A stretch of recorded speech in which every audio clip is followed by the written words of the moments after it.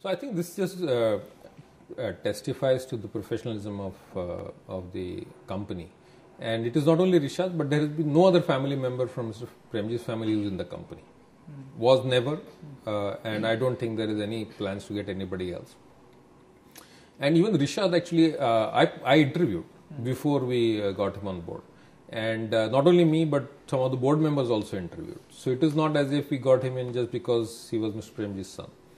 And he has got a good academic record. He's studied in Harvard, he's worked in GE, he's worked in Bain, so excellent track record. And therefore, the way we got him in was also in a kind of developmental role, for which you would have hired somebody like him anyways.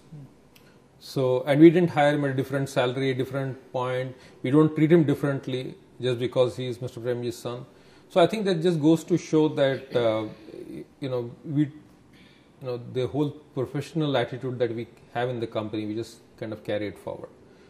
Whether Rishad will become CEO of the company, I think like a young promising person, I think he has the right to aspire for that, and his performance will show whether he is one of the deserving candidates or not. Whether he'll be on the board, that's a different question, because the way we think about it is management and ownership are two different issues. He can be on the board today because Mr. Premji owns such a big part of Wipro that he chooses to have Rishad represent him on the board. That could happen tomorrow or today just by appointing him on the board. But does it mean that he'll be CEO?